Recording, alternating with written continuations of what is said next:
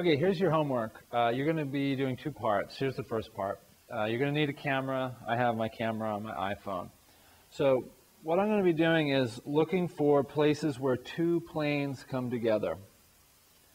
And I want to photograph close up. This far away shot like this won't work. You want to get a little bit closer than this. Okay, let's move over to a spot.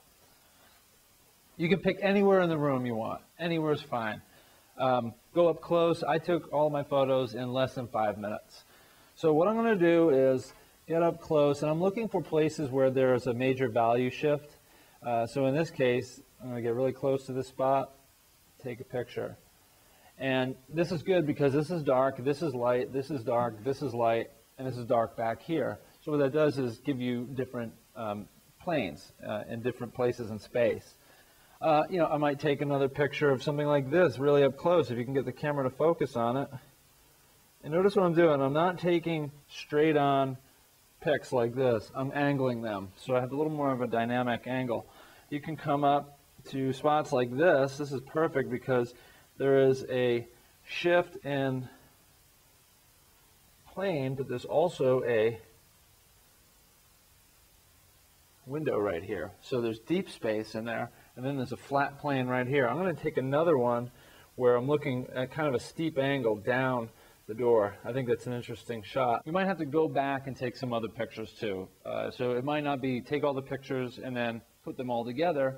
It might be kind of a back and forth. You'll start to figure out which pictures you'll need as you put together part two. So come on over here, let's check it out. So I emailed all my pictures to myself. I didn't have my cable with me, but luckily I got an iPhone, so I could just email those photos. You can email them as small or as big as you like. This doesn't have to be high resolution photography. But one thing that you're going to find is all the pictures are going to be the same size. So you might want to vary some of the sizes of them.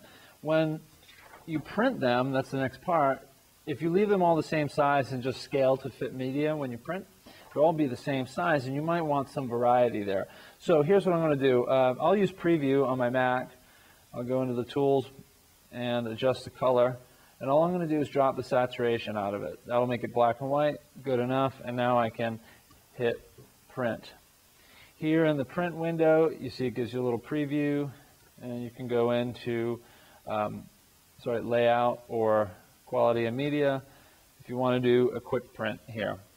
If you print out a Photoshop, you can also scale in the print window. But in some cases, if it's too big, it won't give you the little scaling tool or the transform tool. So you might want to use one of the following.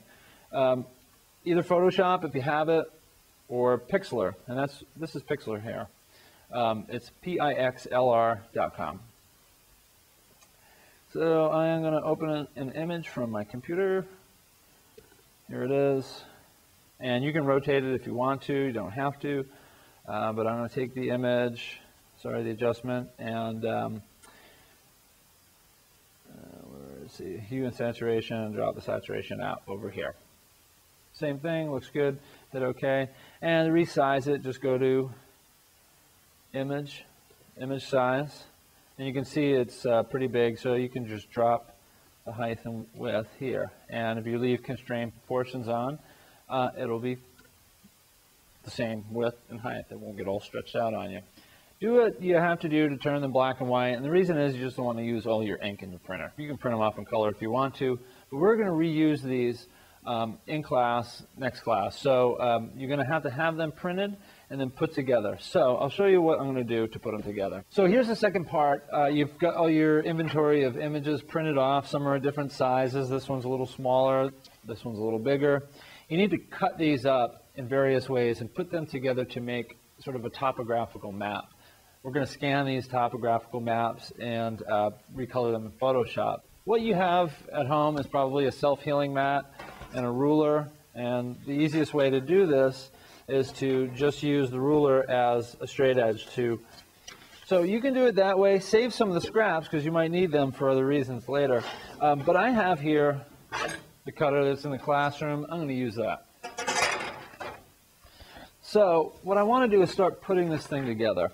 And I'm just going to cut away. This piece of paper is really for kind of a starting point, but you can go over the edges. And I'm going to actually start off of one of these edges here. I'm going to come off of this corner here, maybe like that, because I got sort of a large space starting here.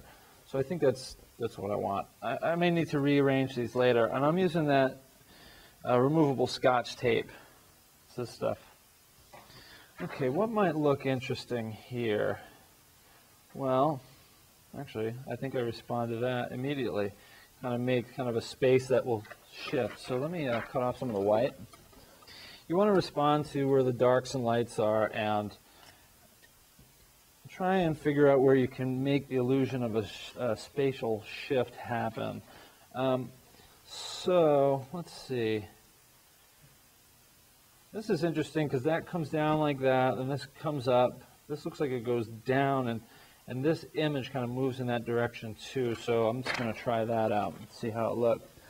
Now don't worry with this. There aren't any like weird rules where like you can only use one picture once or any of that sort of business. You can reuse the pictures. You can print them off again if you want to. There we go. Yeah, that's cool right there. I'm just going to leave it. I'm not going to tape it yet. What I like about this is a really dark shape, so there is kind of the illusion that there are two different spaces there. But I'm going to have to see if I get something else that will work with this. I'm going to do something like this. I want to cut this right here, maybe this direction and there.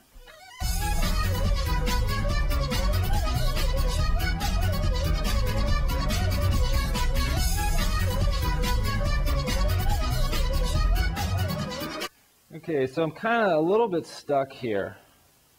I'm a little stuck. I got these surfaces coming together. It's a little weird. One thing I'm noticing is I kind of like this dark to keep going all the way up. So I'm going to use my pencil to kind of hatch that in. You can fix that in Photoshop. It's not always going to be perfect. But like I said, we're trying to achieve something that's interesting and kind of makes sense visually. So what I think I'm going to do is place that in here because I'm having kind of all these points kind of come together. And I think what I need to do, yeah, no, that works pretty well. I don't like this part being here, though. I'll move that. You don't have to cover the entire page. If yours only fills up a smaller area or goes bigger, by all means, go with that there instead. Because now this comes up, that goes that way, and that goes that direction. It's kind of like an MC Escher print. Kind of what you're going for here. And there's going to be some gaps, and that's okay. You can also do a little fill in this way, and then also change that up in Photoshop. I think I like that there, but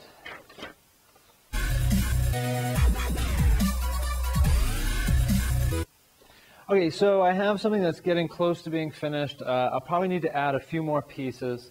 I'm going to print off a few more pieces and tack them on. But at this point, I got to kind of shave this thing down into something that is more or less going to be ready to be used in Photoshop. So I'm going to cut off all the dangling edges here, like so. And I think what I'm going to do is keep kind of a rectangular format. And so as I add on things, you can start to slice it down if you feel like, hey, I'm not going to use any more in that area. I'm going to try and fill or move over to the right or left. And when doing that, just use a ruler. If you have one with a square, it makes it a little easier. You can put it down and use a razor blade to slice off some of the excess. However you got to do that, do it. But then don't be afraid to get rid of more than you think you need to get rid of. So here is an almost completed piece. What I need to do now is go in and find maybe a dark section that can fill in the rest of this. And then maybe I'll hand color or hand draw some of the rest of it.